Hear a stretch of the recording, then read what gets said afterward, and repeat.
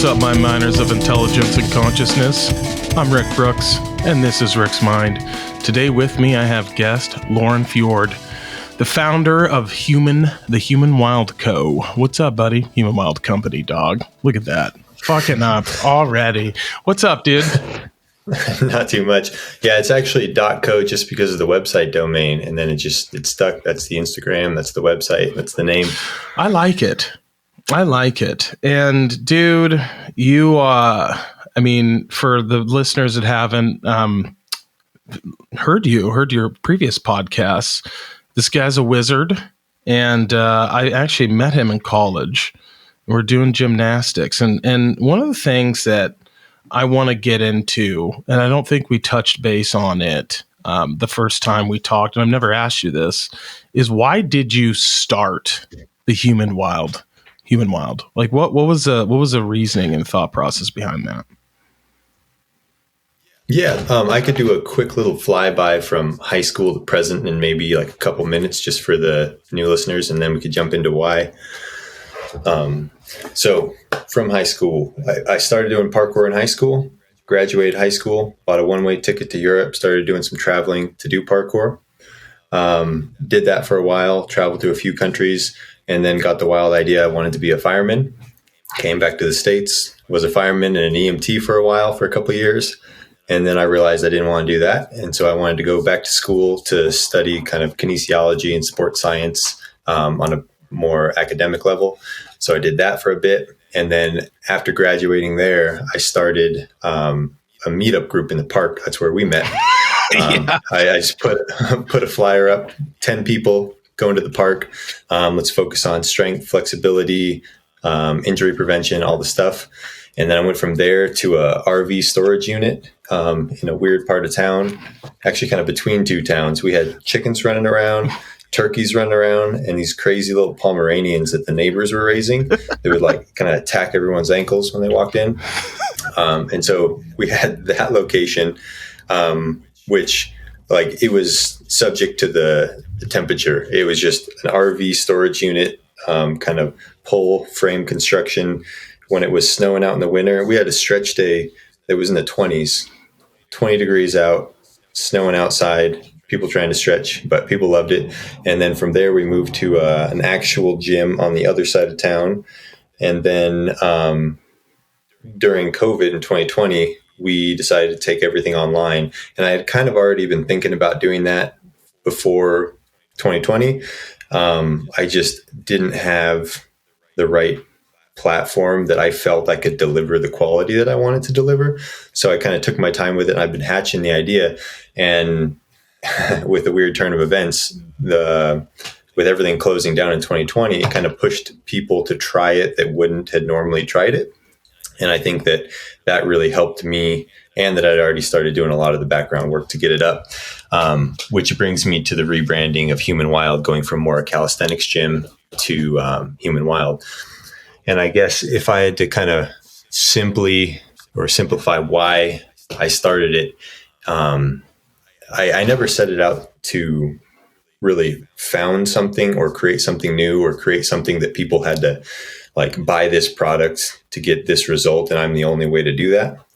Kind of in the gym, the same mentality I had is if people came in, I wanted to help teach them kind of how to teach themselves. And I wanted them to be able to leave understanding what they did and kind of make it so they didn't need me. But ultimately, people like working with me, and they can come if they want to come, or they can just kind of glean knowledge from me and take it back into their own practice. But the idea behind Human Wild was, what's the simplest form, is to kind of create a system that realizes our human potential in a modern world where we don't have the environment and the kind of our lifestyles don't organically facilitate having this robust health that I think everybody is entitled to. And we need to supplement our lifestyles with something that allows us to kind of realize that potential. And with people in a busy modern life, they need it to be kind of small and concise and something that fits into their lifestyle, which kind of, I guess, I use the word supplement, but I also, I'd like to touch a little bit on the idea of having auxiliary aspects to your life, and how I don't believe that's sustainable. It really needs to be kind of fit into your life. But so in short, to answer your question, Human Wild is a program that modern humans can do from home with minimal equipment to realize their health and kind of robustness as humans. And I did it for myself as well as for other people, because this is something I would be doing for myself, even if I didn't have the company, even if I wasn't sharing it, is kind of trying to solve that riddle for myself and how to apply it to my own life. Yeah. And I think that was one of the things that I loved most about the little park meetups, and is just learning that I didn't need a gym, because I come from a very gym intensive, ex-college athlete. Like, that's how I thought you would work out. And so it was good to have, my mind expand and be like, oh dude, I don't need a gym. I could ruin myself in 15 minutes just doing burpees or jump rope or whatever. Totally. It doesn't take that long to get after it. So to speak. So, well, I think go ahead. Or real fast. I think it's interesting because of all of the people that I kind of was working with at that time when I met you, you were probably on the other end of the spectrum, as you were coming from a gym environment. And so like that was what was comfortable to you. And on the other end of the spectrum, a lot of people I was working with, like, they were very uncomfortable in a gym setting. And it's interesting to see those kind of polar opposites come together in a space, realizing they don't need the gym if they're afraid of the gym, and you don't need the gym if you're like, think that's the only place that you can work out. And there are great reasons to use the gym and to not use the gym. We can get into that later too, but it's interesting to kind of see that there's a middle ground where both of those people can get a savage workout in. Well, what I'm trying to, pin down in my physical, regiment is, like, I love kettlebells, so I do a lot of that. Obviously big fan of the gym, but also cardio. I was so anti-cardio for years and it's really stupid. Like, I cardio is incredibly important. And I think I read somewhere, John, pull this up, that if you have, I don't want to say elite cardio fitness, but if you have, pretty good cardio fitness, it improves your lifespan by a factor of 5. Well, it's interesting to kind of break down why it's important and why we should kind of love, not cardio per se, but kind of walking or exercising our heart muscle. The cells and the tissue of the heart is so different from all of the other muscular tissue in our body. Even though it is a muscle, it doesn't repair in the same way. So like, we have the heart that we're born with is the heart that we die with. It doesn't heal like the tissues in the rest of our body.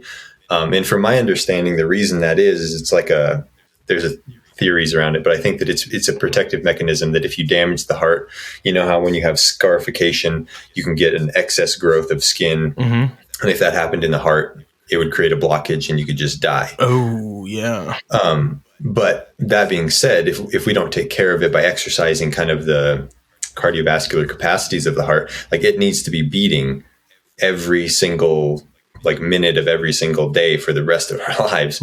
And yet, it's easy to put that on the back burner and just do arms or something. Yeah. Right? Legs for, Yeah, legs for. John, what's up? Yeah. So your thing about cardio expanding your life or extending your lifespan, it says this study, 100 for every 150 minutes of exercise per week is supposed to extend your life expectancy by around 7 years. Wow. Well, I don't know if you can find that factor of 5. I may have been just talking shit. It happens a lot. That's why you're here, my brother. Thank you for that. No, but that's so.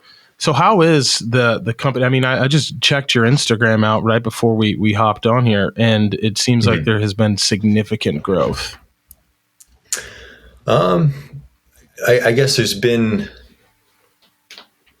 I don't know if I would say significant growth in. There's been a ton of growth on the back end as far as the infrastructure of the company, as far as what its offerings are. And that's kind of my main focus and my main kind of pitfall as a business owner, is that I focused much more on the quality for the clients that I currently have and kind of continuing to expand it. And because it is a lifestyle company and it is something that I do in my own life, and I try and make it very kind of widespread in the value that is created by it, I spend so much more time on the actual back end of the app and the videos and the content than I do on trying to spread the word, so to speak. And I really love the people that I have in the program. And going all the way back to that first kind of park meetup that I started, was that like 2015? Yeah, dude. 16? It was a while ago. But like I'm really good friends with pretty much everybody that was in that. And it's pretty cool. And that's kind of been consistent with every client and person that I've developed a relationship with professionally, is that it falls into my personal life, and they're just amazing humans. Yeah. And so I pretty much I have a very high retention with the people that do join, because they love it and I invest in them. But with 2020 and 2021, me and my wife both work from home, and I'm not super keen on the whole advertising and all that stuff. So I love having great conversations with people when I meet up. And then a lot of times they kind of jump into it and they're excited about it, but I still have to work on my pitch, I guess. The pitch and well, there's a lot of components, man. I mean, we're in similar online spheres, right? And there's a marketing component that it's kind of tricky, and an SEO component as well that we're still figuring out. But well, and with the kind of the ethos of my company, it's like I would not have socials if I didn't have this business and I wasn't trying to kind of spread this word to people. I like to spend as much time off the computer as I can, even though my business makes me spend so much more time on the computer than I normally would. And I'm still kind of figuring out how I want to take Instagram and how I want to focus on those things. But yeah, the lifestyle that I want actually would have less of the outreach side of it, but it's balanced. Bro, you and I are in. John and Sammy run my socials for the most part. I hate it. Mm-hmm. I think it's so soul crushing, right? But the podcast, like getting the word out, and you really do have to be plugged in. And I need to do a better job of being plugged in on this, but it's just so counterintuitive, and there's just so much toxicity on there, and everyone's yelling. And if I had my way, I would not do it at all. Yeah. One of the kind of underpinnings that I carry with me in my life and how I've done things with my business that I think might be kind of interesting, but is I always try and outline and design the life that I want, the things that I want, and then build my business around that. And it makes for a really high quality of life. But it's not like an exponentially scalable, tradable business model. And that's never what I'm really going for. I'm going for creating value in my own life, other people's lives. And Heather, my wife, and I, and now our son, Rowan, we live a very unconventional life, but we are able to do almost everything that we want to do. And it's almost I think that the old school, or more old school way of living is definitely coming back as punk now in my mind, wanting to, have a wife and a house and a piece of property and raise animals and slaughter them yourself. I feel like that's the minority, and that's more punk in my opinion now than kind of what's being sold to us as punk, or more status quo. I would agree with you wholeheartedly. I think that there is it's something that I worry about, is we're so keen to tear down institutions, and so sometimes from my perspective, what I see online and what's going on, it seems like we're very keen to tear these things down. And I always wonder, what are we going to build them up? There's nothing wrong with getting married, having a family, having your own animals, so you don't have to participate in factory farming or doing hunting, gathering your own food. That's another thing I admire about you, and we're kind of cut from the same cloth in this way of thinking. I would much rather be as self-sufficient as I can, because, COVID kind of taught all of us that society is really just held together by a real fucking thin string. And when shit hits the fan, there's no one that's going to bail you out. It's going to be your family and your friends, people that you trust in smaller communities. I think that a big reason, why you see so much vitriol online is people don't know who they are, and they also don't know what they're capable of. And there are people that just sit back and text 24/7 or terminally online and aren't happy because they didn't get out and get some, UV light in the morning, or they're so disconnected from nature. Like my thinking on a lot of this is that we're animals. We're running sophisticated software, but we still need nature. We still need to be physically active.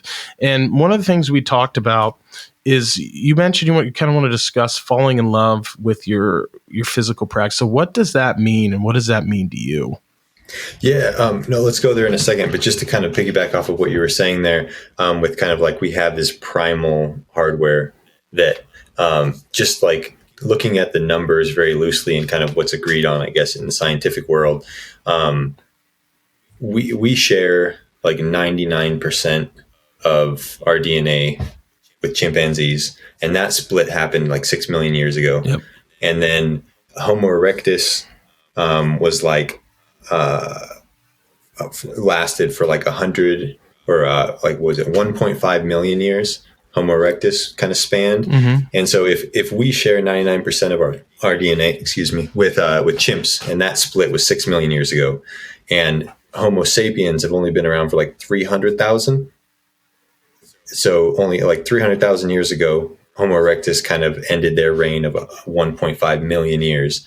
And only like the agricultural revolution and all of our modern advances have, well, I guess if you go modern advances, those have happened in like the past few seconds of the past 150 million years, or 1.5 million years. Gotcha. Yeah.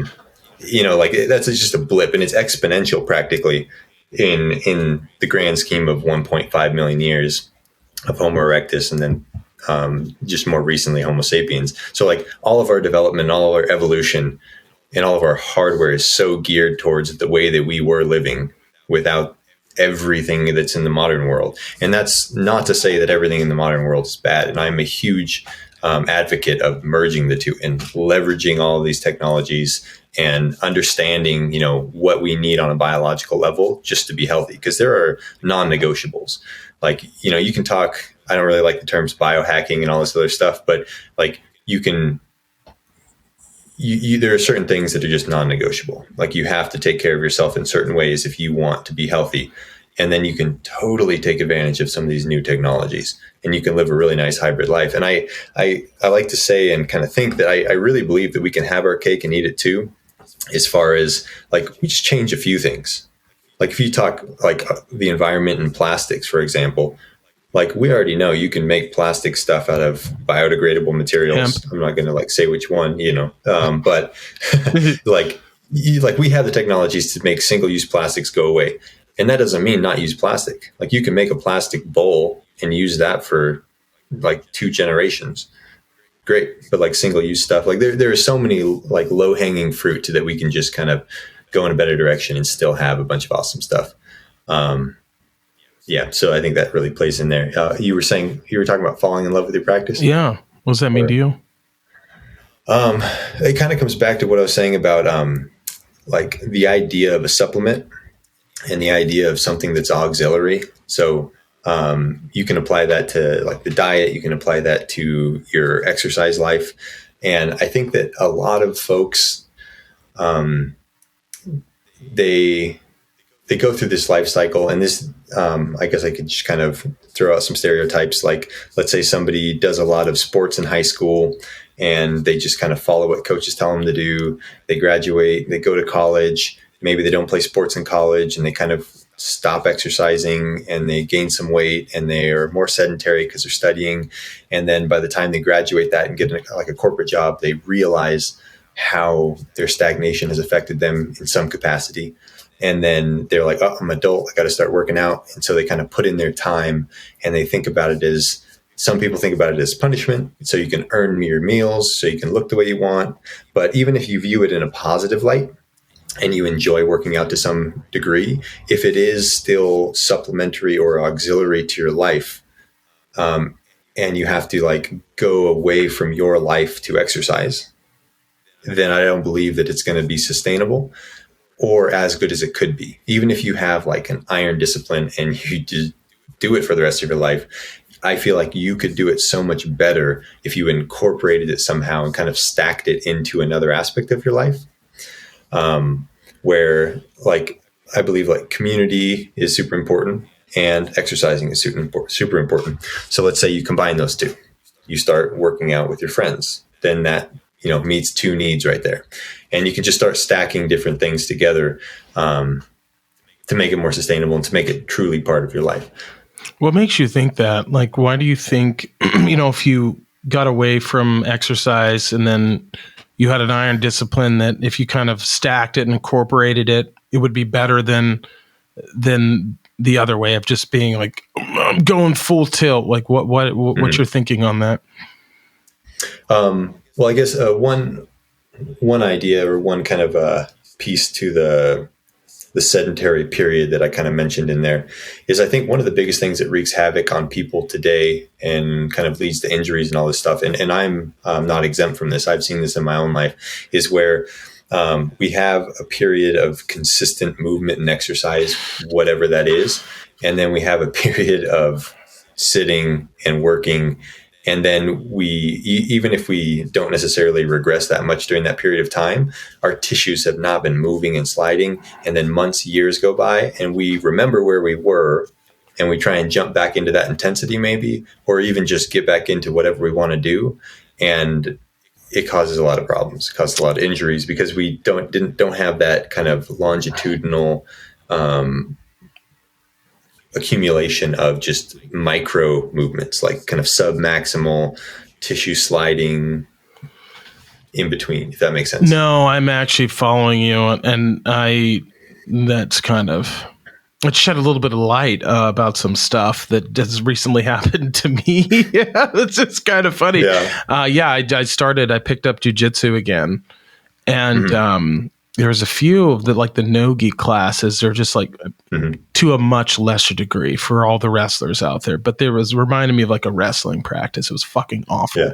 Lots of drills. And I was moving in a way that I haven't moved in years.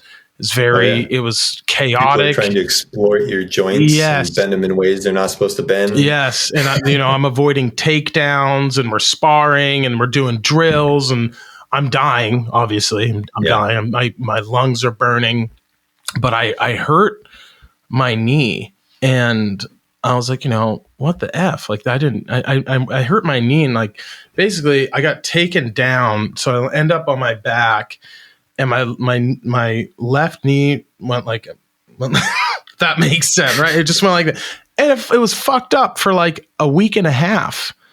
And I was like, how? I don't understand what I even did. It just hung on the joint. Yeah. I don't know. I can't really describe what that happened. If you're watching, you get it.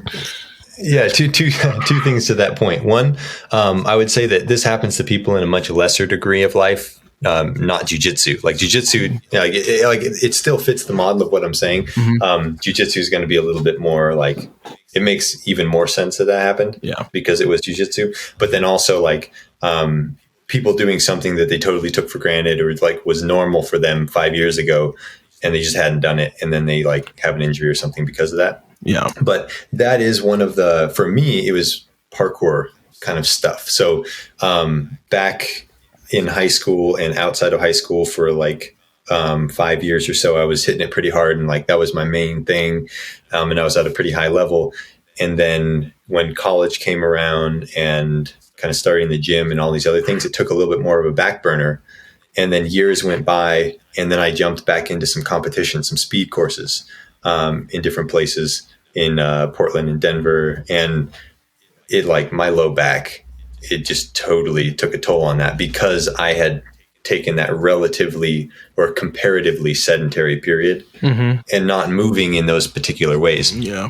And that kind of, I guess, segues into, I was saying, kind of trying to solve the riddle of how to have a practice for myself that allows me to jump back into things. And that's kind of why I started Human Wild. The program within it is called the Pulse program. And the Pulse program, the idea of it is it's something that's pretty simple to do every single day that accumulates those movements and it kind of utilizes all of the joints in ways that you wouldn't normally, but doesn't take much effort to do. And then for your example, like had you been doing kind of those small odd stretches and movements and strength things like 20 minutes a day in the Pulse program, let's say, or just on your own in your own practice, and then you jumped into that Jiu Jitsu practice, you might not have had that specific injury, No, that's the idea behind it. In theory. Well, actually, I think it's a brilliant idea, and we've talked about this. I'm going to do it. Don't even worry about it. It's going down. I'm going to do it. I want to do it all. Sometimes that's a big problem too. But I think that's a brilliant idea because it's not the Pulse program from what we've kind of discussed. It's something that you can do 10, 15 minutes a day, and you can maybe. Well, see, that's the thing. And it's most people that are used to going to a gym or doing some kind of personal training or even doing an online program, it doesn't really operate in the same way. So the idea is throughout the week, I kind of construct 5 different sessions. Well, 5, 6, 7, 8. So 8 different sessions more or less over 5 days. And you don't have to do them all. If you imagine it's like the class is offered at a gym and you can go to those, but the benefit is it isn't a certain window during the day. I can do it anytime during that day, or I could do Monday on Friday. Like you can mix it up as much as you want. But the idea is that there's kind of an intelligently organized series of 8 sessions over the course of the week that hit the basic ranges of motion, the basic expressions of strength, and each day has a little bit of a warm up. And so back to your question of could you do 10 minutes a day? I think that somebody would get immense value, even just with the warm up, where we're just focusing on kind of rolling all of the joints in a specific way. And that would take a couple minutes. If you actually did that little joint warm up every single day, I think that somebody would get immense benefit out of it. And that's not even doing the stretching. That's not even doing the strength work. That's just being consistent with kind of exploring all of the ranges of each joint. And that comes back to kind of acute injuries of like tissues not sliding correctly, or like one of the ways that injuries happen is if you, let's say you didn't warm up and you ran to catch a Frisbee and you had to express those ranges of motion under speed and maybe a little bit of load with the jumping and landing. And had you moved through those motions very slowly, not under load, and made sure that the tissues could slide back and forth to the degree that they needed to do whatever you did, chances are you wouldn't injure yourself in that moment. And so this idea is with just saying like, could you do a couple minutes a day? I think that the idea is to start very slowly with anything that you truly want in life and you want to be consistent with. And I'm kind of jumping around here, but this kind of comes back to what you're saying about what do I think the benefits of doing something like an integrated practice versus just doing something intense for a short period of time. It's not very sexy, and it's not anything incredible to just like stand up in the morning and kind of stretch your body out and move your joints. But if you truly did that consistently every single day, you would be better off for it. And then if you added 10 more minutes to Wednesday, let's say, every single week, and slowly built that up, in a year's time, like you would be in a completely different place than you were. And that sort of self-investment is impossible to measure, unfortunately. But if you waded in, like you avoided an injury, and avoiding that injury gave you the opportunity to go somewhere.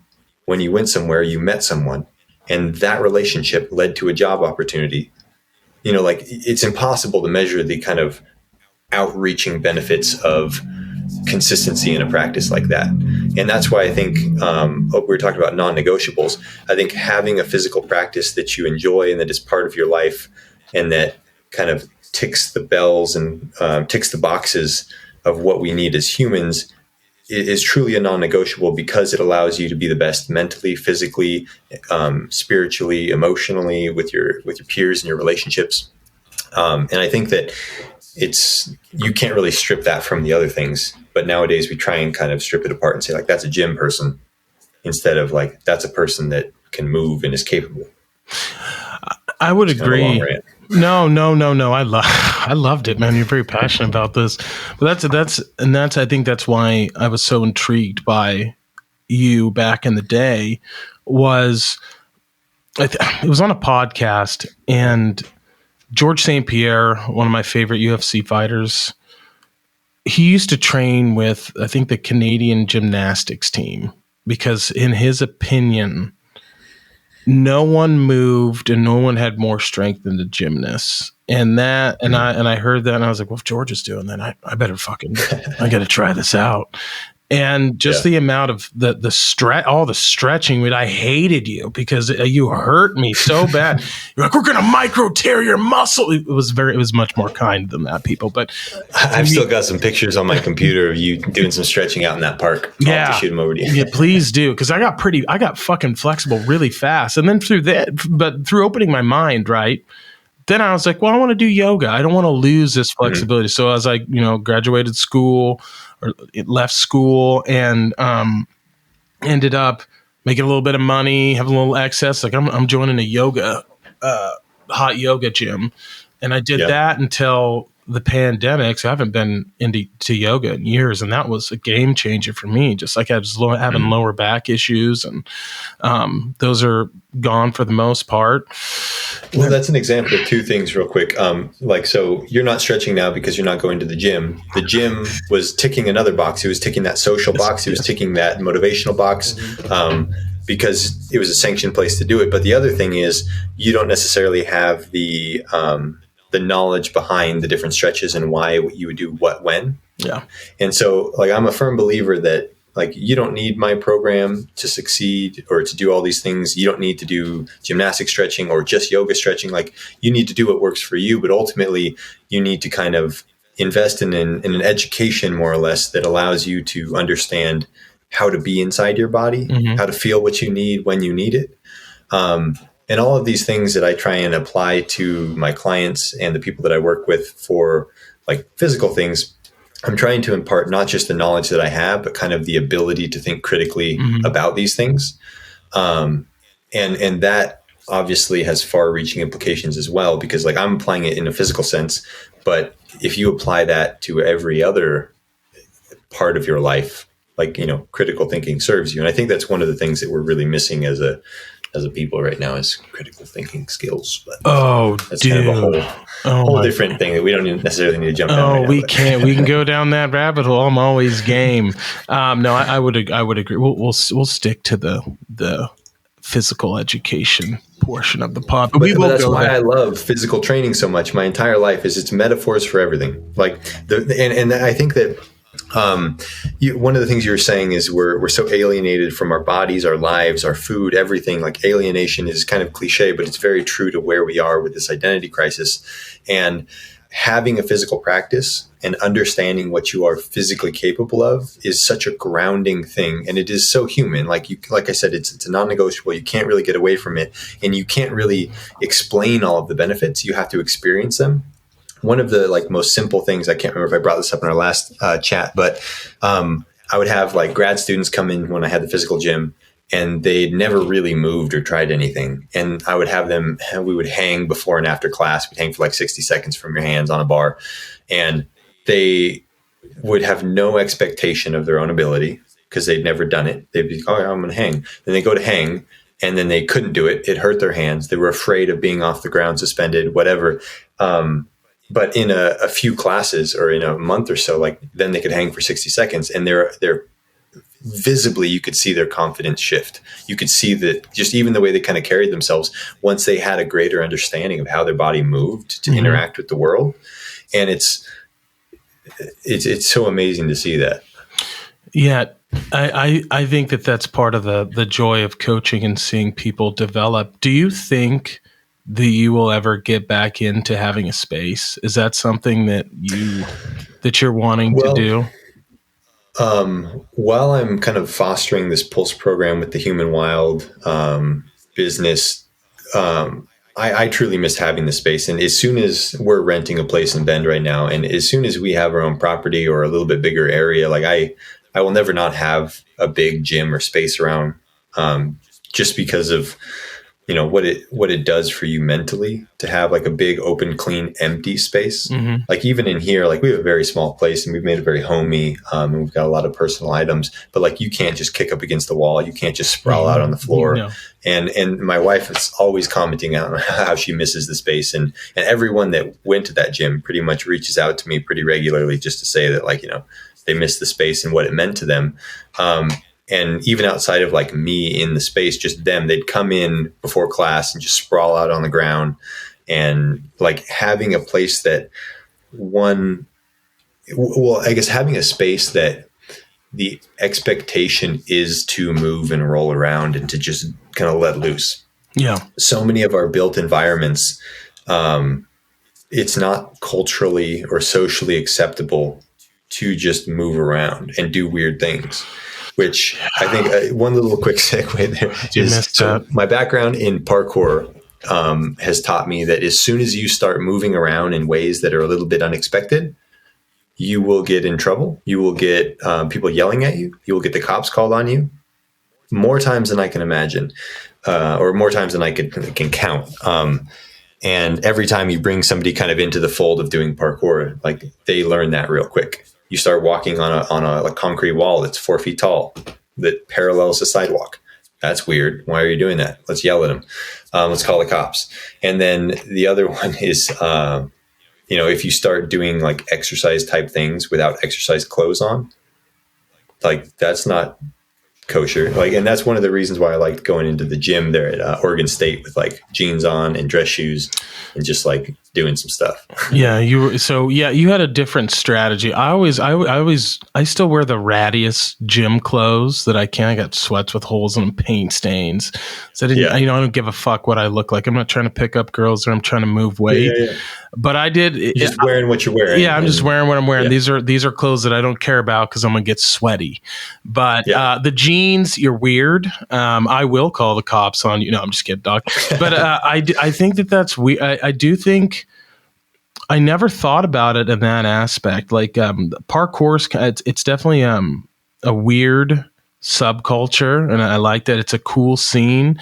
It reminds me of kind of like skateboarders in a sense, where it's not that you're outcasts or anything like that, but you have, it's a, like, I think skating culture is one of my favorite cultures, and the balance that those guys have, and like they're so tough and determined. And parkour.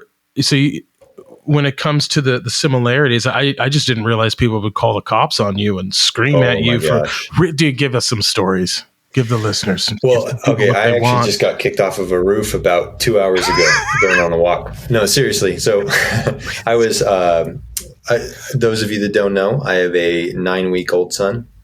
So right before this podcast, I took him out on a walk to give my wife a little bit of a break, and I have this nice little front carrier. So I just walked out the front door, didn't have shoes on, didn't have socks on, didn't have a shirt on, had a baby on my chest. And just walking around the block. We live in kind of a makers district, industrial district. So it's just a lot of buildings, not a lot of houses. And I just went around the block, went up some stairs, and then from the balcony of those stairs, there was a low roof that was like maybe a story tall. And then I hopped on the edge of the balcony and hopped onto the roof and was just walking around. And there's some dude in the parking lot just yelling at me, telling me to get down. So, I give him a little nod, walk back down, jump onto the little balcony and come back down. And then he's like super surprised that I have a baby on. And I was just like, told him, going for a walk, getting the baby to sleep, because he doesn't like sitting still. It's like his dad. But that kind of thing where it's like, I didn't do anything but walk. Like once you like, and that's kind of something I'll just make a little footnote for myself. But I didn't do anything but kind of walk from one place to the next. But since most people aren't used to kind of negotiating anything other than a flat paved sidewalk, it's kind of out of their realm of imagining that you would want to walk there. And and there are a lot of similarities between parkour and skateboarding, but there are also a lot of differences. Tons. And I think that today is very different than it was when I started parkour in 2006. And just like I can share this now because people might actually know that are listening to your podcast. So the Store Boys, do you know? It's probably the biggest. If you pull up the Store channel on YouTube just to see how many followers they have, it's STORROR. So when I first graduated high school and I traveled to Europe, I had seen a video called Cambridge Joy. And it was a parkour video that a guy named Scott Bass filmed in Cambridge. And I didn't have like any peers really in my town doing what I wanted to do. It was like a tiny little college town in the middle of the rolling wheat fields of Eastern Oregon or Eastern Washington. And so as soon as I graduated, I knew I wanted to go over there where that video was filmed and share with all of this fun stuff. But when I was there, Callum and Toby came up to Cambridge. They're two guys at the Store group that now they have 7 million followers.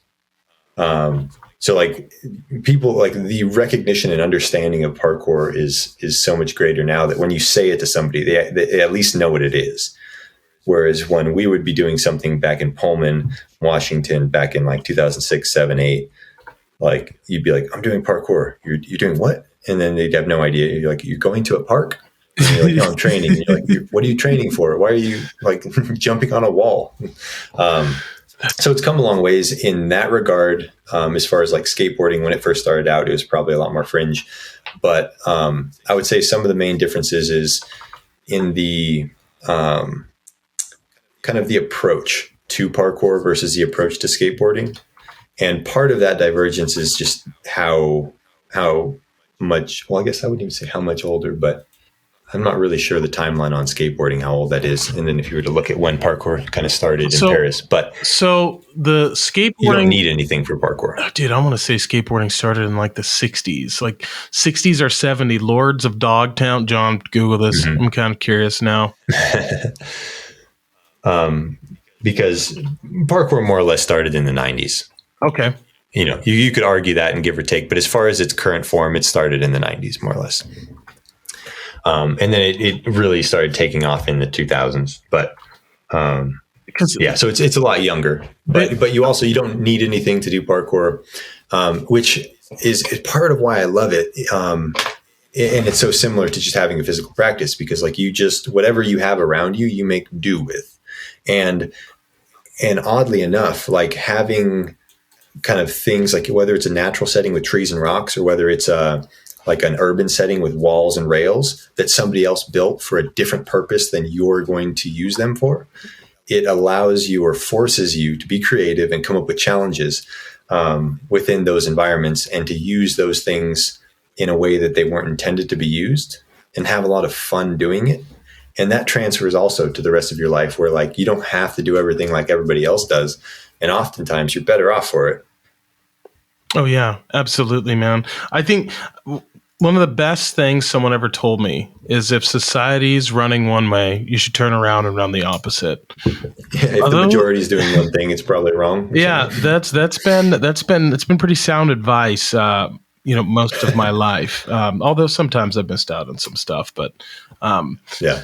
I didn't even know about the Store group. I had no idea they even existed. And there's 7,300,000 people. Why, if I was to tell somebody to start watching something to learn a little bit about parkour and parkour culture. So I went to England in 2009, bought a one-way ticket and brought a backpack over there. And when I got to Cambridge, I stayed with the guy that made the video Cambridge Joy. I stayed with another guy, Phil Doyle. He's an absolute legend.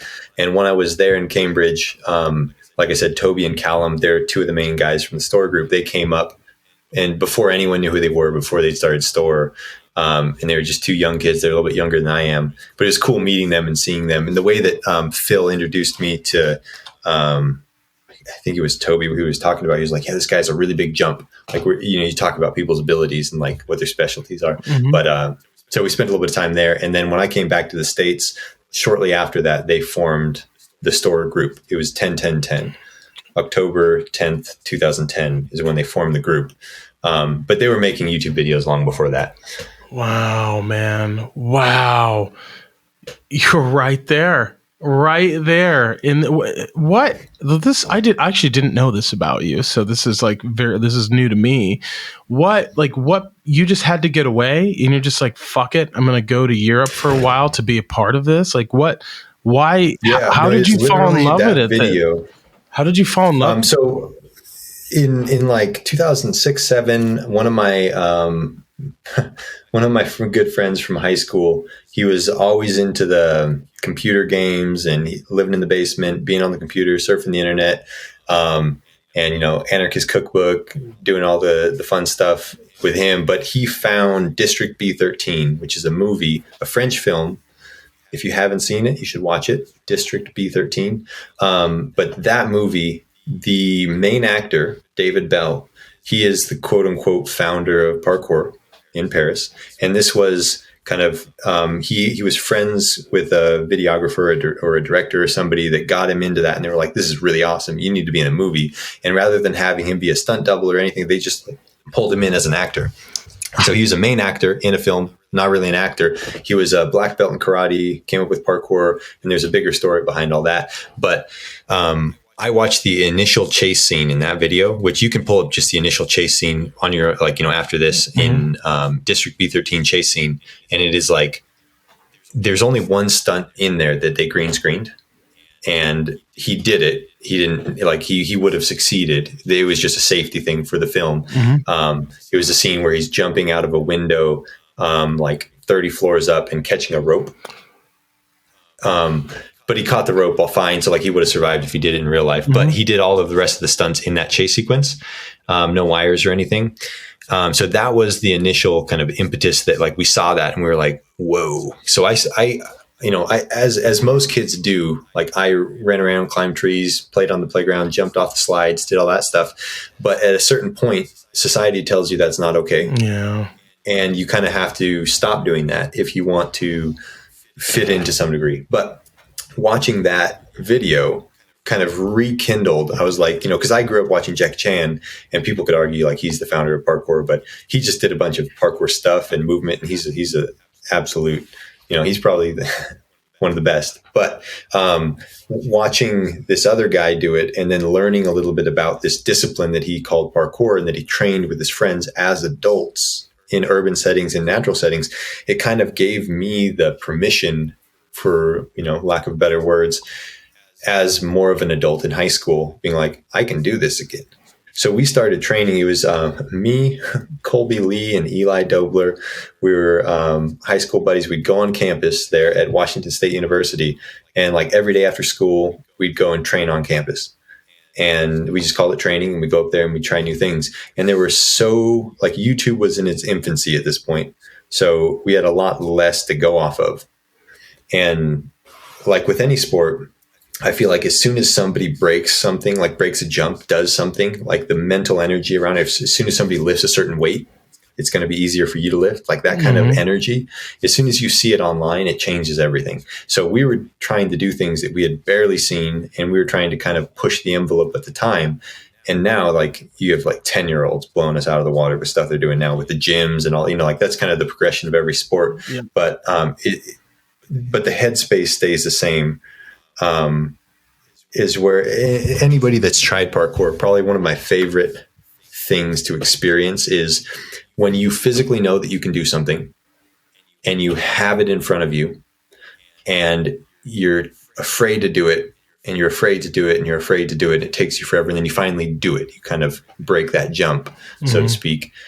That moment of being there, feeling that fear, knowing you can do it and doing it is one of the greatest feelings. But maybe the second greatest feeling is watching somebody you care about go through those motions.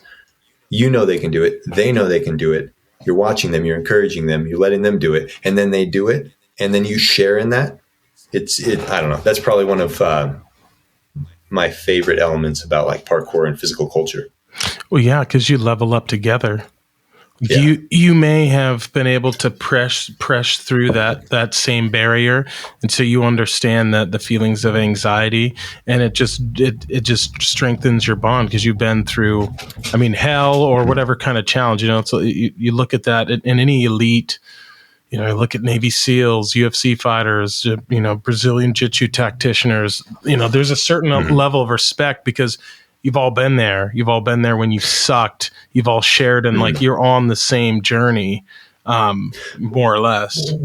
One piece of that I guess kind of going back to the differences between skateboarding and parkour is when I was introduced to the community at large, when I traveled as an unknown person with a one-way ticket to England, and I just started staying with these folks and crashing on their couches and stuff. And the welcome that I received in the parkour community, that was my second experience. We can go into the first one, but going over there, I think that element of experiencing that fear and then overcoming it at every level creates a type of camaraderie where there is very little ego and there is a lot of love for people of all levels, because somebody could be going through that experience, jumping 2 feet, 4 feet in the air, 2 feet forward, something that like somebody else is like, that's easy, that's stupid. But it's the exact same emotional framework that they're going through that they did on a skyscraper 10-foot gap. So regardless of like how like trivial that the actual jump may seem, it's the exact same experience in the mind. And that kind of camaraderie that it brings together. Because I spent time over there with Daniel Iliabaka, which doesn't mean a whole lot to you, but in the parkour community, he was like the GOAT. And it was amazing how humble and how just awesome he was. Like we were sitting on the sidewalks in the middle of the night, just, sweaty, talking about life and things. And I, just with anybody, any level. And so I think that's something that, I may be wrong, but I think that is truly unique to parkour, and it's changing a little bit with the scale and the growth of it. Like as any sport gets to a bigger level, you're going to get assholes in the sport and stuff. But as, just because of what it is, I think you have fewer. Yeah. No, well, it's so new, or back then it was so new, and it's such an underground. You have to support each other because you're not the other, but you're different. Like there's not that many people that are into this. So like if someone's into this, like, hey man, we got this in common. I love this shit too. What do you think, dude, what's going on now? See this shit, like I missed this whole thing. I was busy playing football and I just didn't even know that this was a thing right back in those days. Like, but when anybody did. but that's awesome that you were there. Like you were there as this thing was growing and maturing, like, and you were right in the thick of it. Like, that's badass. Not that many people on the planet can say, I mean, I equate it to like following or being in a band or following a band around, and maybe it's your buddy and you're, I don't know, let's say you're in a band and no one gives a shit and you're playing bars. And then all of a sudden, like you start to grow and you get like, that's not something that very many people get to be a part of. Right.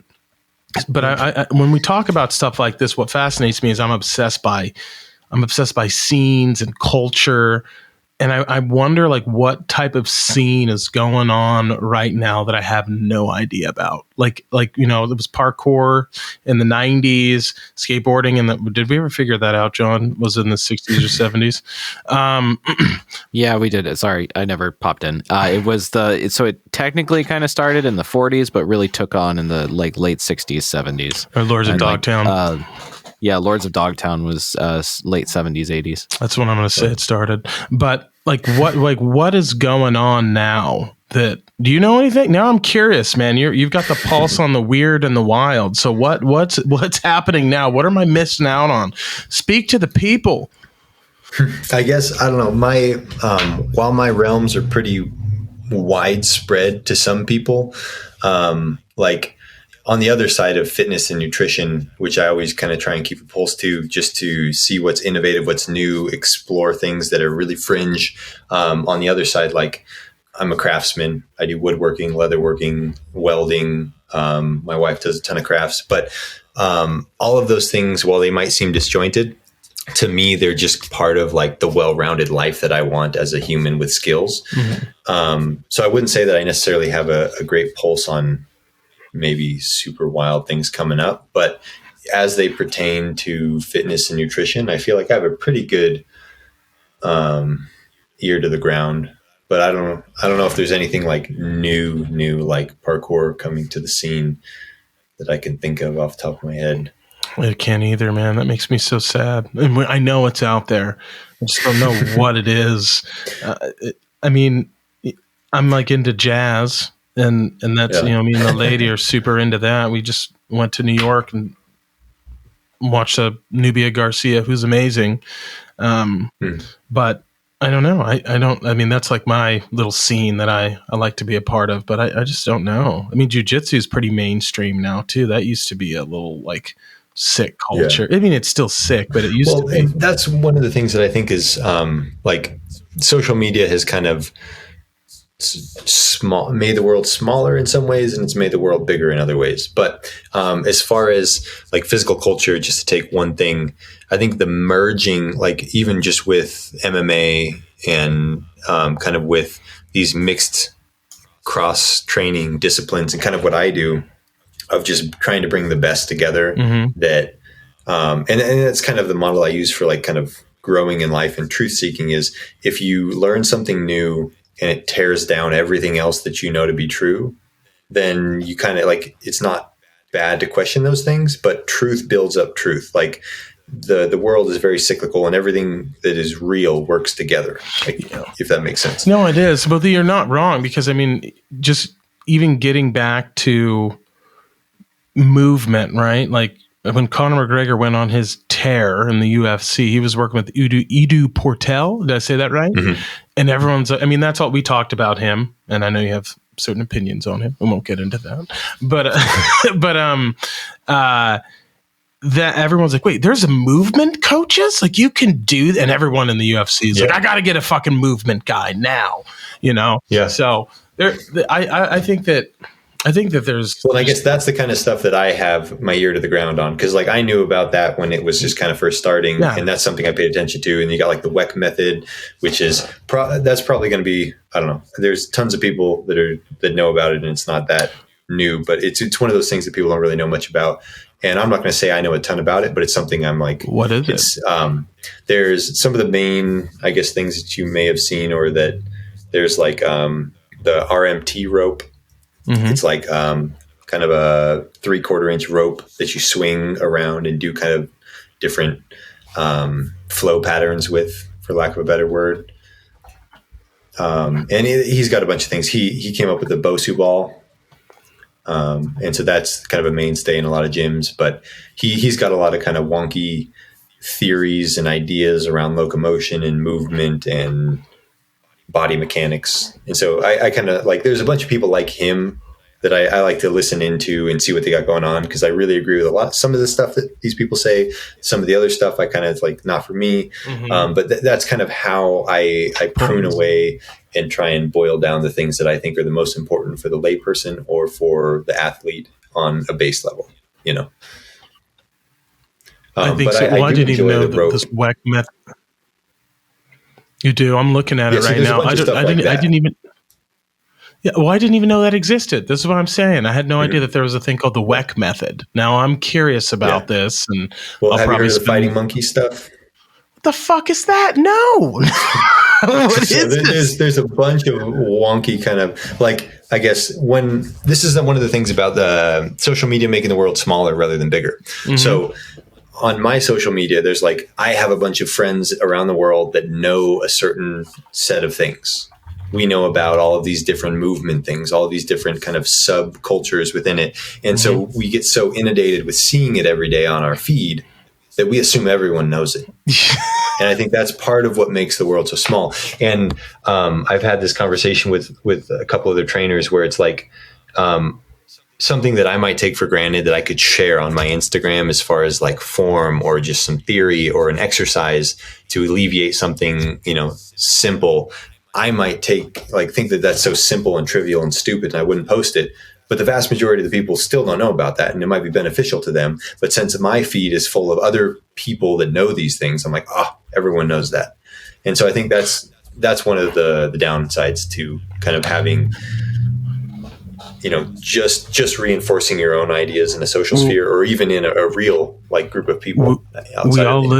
We all live in echo chambers, whether we want to admit it. In my opinion, I think you got to go out of your way. Yeah, I think that because everyone in my sphere of influence, right, is, I think, very open-minded, pretty intelligent, and are open to trying new things and whatnot. But and so I'm like, oh man, sometimes the world's great and everyone loves history and everyone knows about this historical thing that happened in Venezuela in the 1600s on the Llanos. Everyone knows that, of course. So I can relate to you in that context. And then, as far as when it comes to the physical practices and training, I'm thinking about the gym and West Side Barbell and Louis Sims and all these bodybuilders whom you might not know about, but I don't know about any of this weird, wacky stuff, which I love because all these guys, I'm looking at this fighting monkey, and it's they've got all sorts of, they've got fucking a tennis ball. They got Dragon Balls. Dude, I've seen Dragon Balls. That's a great name. Dragon Eggs, I guess. Dragon Eggs. There you go. But this is so cool. And well, to that, I used to kind of say that kind of thing when Heather and I were first dating. I'd be like, "Oh, it's common knowledge." She'd always say, "No, it's uncommon knowledge." We can assume what we think other people know, but because we live in our own little echo chambers, or we are passionate about different things. Yeah, there's so much you can't know it all. No, you can't. Which is why we all have to continue to talk to each other, continue to. Well, and that's the importance of coaches and mentors. Yes. For all different things, not just the physical, not just the nutritional. I leverage coaches and mentors, as everyone should. But I guess the tricky part is finding the right ones, which comes back to why I hate marketing and advertising on platforms, especially like Instagram, to try and get across who you are and what you do in 2 seconds of somebody's scroll attention. I think that's not necessarily the type of people I even want to work with. Well, dude, but here's what I think though. I think you're doing everything you need to do, because I just, like I said, poked in on your page on my computer before talking to you, and I looked, and there's been tremendous growth in the account. And just keep doing what you're doing, because you're kind of showing a snapshot of your life, right? But it is a very original life, and it's very non-traditional, and you just got to keep doing that. You know who you are, you know what you want, and that's your advantage, because most people don't. So I wouldn't. It's going to take a long, long time. But from just me knowing who you are as a human being, and knowing that you've been successful in all these endeavors that you've done, this will be great.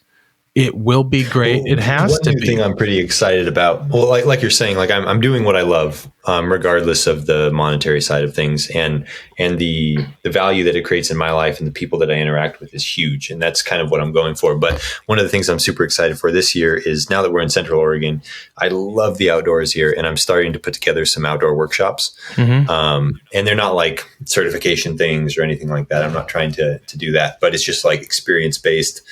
Education, movement in nature, beautiful places. And we got our first one coming up on April 9th. I'm pretty excited about. And this summer should just be full of it, and finding really cool places to kind of expand people's comfort zones. Oh, I think you did. I think, you're going to definitely tap into a little market out there. That's a brilliant idea. Well, I mean, and I do want to be respectful of your time. So, but I do think that that's a brilliant idea, especially in the high desert. When did you start doing that? What was the idea behind that? With the workshops, or? Yeah, the workshops. That's clever. I've wanted to do it for a very long time. And a lot of these things, a lot of the projects that I work on are really slow burn. I'll have an idea, and I'll just kind of wait for the right time. With a lot of the things that I'm welding now, I collect metal over the months and years, and they sit. And then when it's the right time, I hop outside and put together the project. And similarly with like these workshops and with the Pulse program, the online stuff, this has been a long time in the making. I remember sitting down with one of my good friends, Jose, and just kind of mulling over the idea of how I could bring the level of quality that I want to an online platform, years before actually putting it together. So a lot of these things, they're like a long time in the making. But with the outdoor workshops, and I don't even know if I really like the term workshop for it. It's like a little event to get together to educate people on things, push people out of their comfort zones, have them start to think about life, their body, and movement in a different way. With and I know how it will transfer to every part of their life. And it's not so much about like just go to a workout in the woods. Like somebody might be like, go to 100 burpees next to a tree. Like that's not really interacting with the environment, in my opinion. And so it's kind of reminiscent of the elements that I love about parkour in building the relationship with yourself.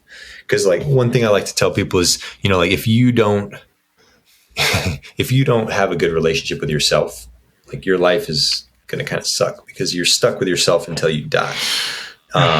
And that building that relationship and building that trust comes in many forms. And there's the intellectual side, there's the physical side, and they're intertwined in different ways. But spending time interacting with your environment and nature, with me, with my guidance and instruction, and with your own kind of time to explore that, I think that it's just something I want to do for a really long time. And I love the backdrop of Central Oregon and the trees and the rocks and just kind of the grandeur of the size of it.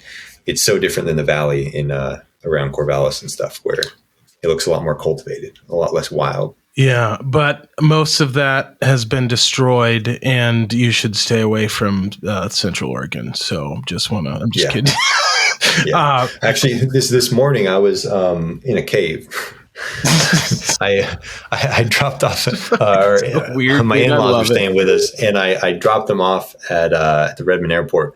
And I didn't realize I'd been to some of the caves out here around China Hat kind of wilderness area, but there's the Redmond caves are out there on the way to the airport. So I just pulled over and took off and started doing a little bit of caving with no light. So I just went as far as I could, cruising around. Pretty cool. I'll definitely go back and check them out. But there are a lot of cool caves and just things out here. They definitely do. But stay away. Again, I'm just going to reiterate that. Yeah, so it sucks here. So man, tell the people where they can find you. What, if you're running any specials, tell them your social. Yeah, the humanwild.co is the Instagram handle. That's the URL for the website. And I respond really quickly on all those. I don't have anyone running my socials, so it's just you're talking to me if you talk to me on those. But I did want to kind of leave a couple things for your listeners if they made it to the end and if they listened to all of this stuff. But I would love to do a free 30-minute one-on-one kind of just chat consult. One of the things that I do is I call it whole life coaching.